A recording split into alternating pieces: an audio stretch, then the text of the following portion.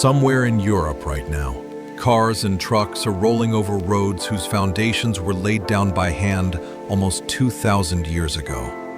The empire that built them is long gone, but the roads are still here.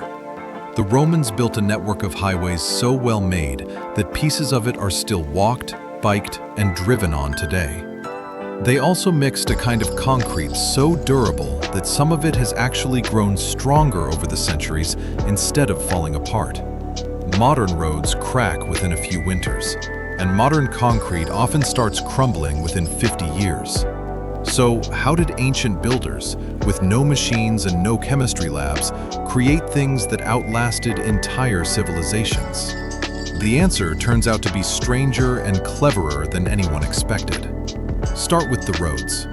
At its height, the Roman Empire was held together by an astonishing web of them. The Romans laid down roughly 50,000 miles of solid paved highway, plus many times that distance in smaller routes, reaching across 3 continents. Every one of them was designed to move armies and goods quickly, which is where the old saying comes from: all roads lead to Rome. The most famous of them all was the Appian Way, begun more than 300 years before the Common Era. It started as a military supply route during a long war, running from Rome toward the south of Italy, and over time, it stretched for hundreds of miles all the way to a port on the far heel of the country. Roman writers called it the Queen of Roads. Soldiers marched along it, traders hauled goods down it, and emperors and ordinary travelers wore their footsteps into its stones.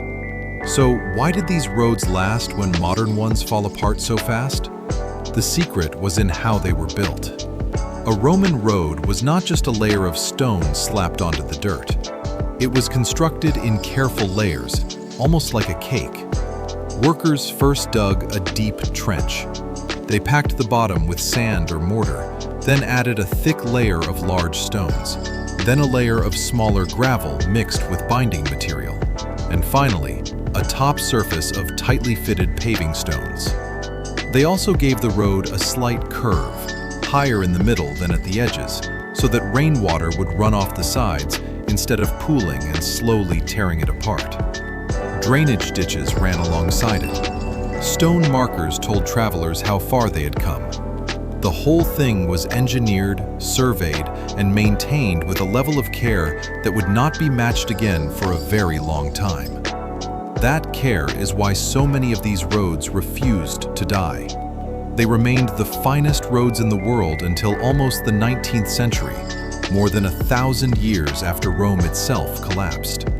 Even now, sections of genuine Roman roads still exist across Europe.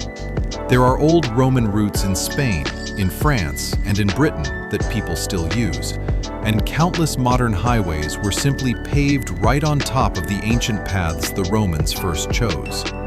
When you drive certain roads in Europe, you are following a line drawn by a Roman surveyor 20 centuries ago. But the roads are only half of the story. The Romans had a second building trick that has puzzled scientists for generations. That trick was their concrete.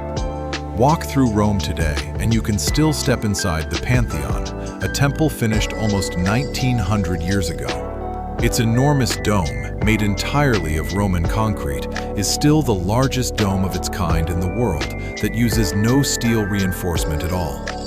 Ancient aqueducts that once carried fresh water into Roman cities still stand across the old empire, and a few still carry water even now. These structures have survived earthquakes, floods, looting, and nearly 2,000 years of weather. Now compare that to today. A great deal of modern concrete, the gray material in sidewalks, bridges, and apartment blocks, begins to crack and crumble within 50 to 100 years. One big reason is the steel bars hidden inside it, which rust over time and split the concrete from within. Cities spend staggering sums of money repairing and replacing it all. So the question kept nagging at researchers.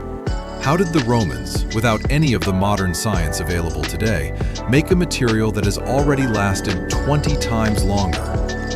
For a long time, the leading guess was the volcanic ash the Romans mixed into their concrete. That ash genuinely did help, giving the material extra strength.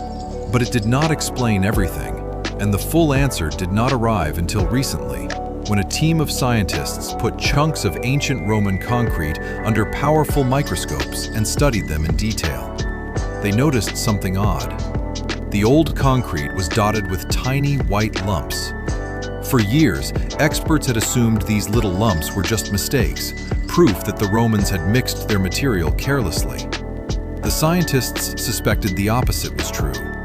They worked out that the Romans had added their lime in a way that created intense heat during mixing, a process now called hot mixing.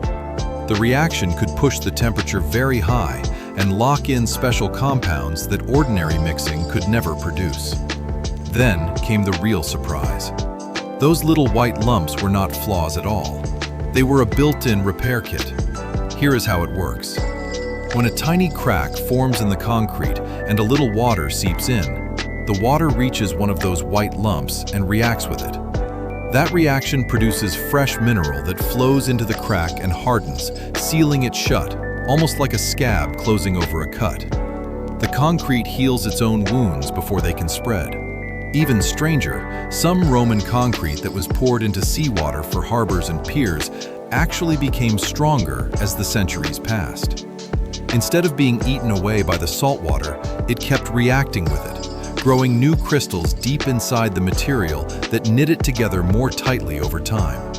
The Romans had built something that did not just resist decay. It fought back against it and won. And that is the part that should stop you in your tracks. The Romans were not simply better builders than people gave them credit for. They were building for a kind of permanence the modern world has mostly forgotten. Today, much of what gets built is designed to be replaced, torn down, and redone within a single lifetime. The Romans built things meant to outlast everyone who would ever remember the names of the people who made them. There is one final twist. Scientists are now studying that ancient concrete closely, hoping to copy it, trying to invent self-healing materials for the roads and buildings of the future.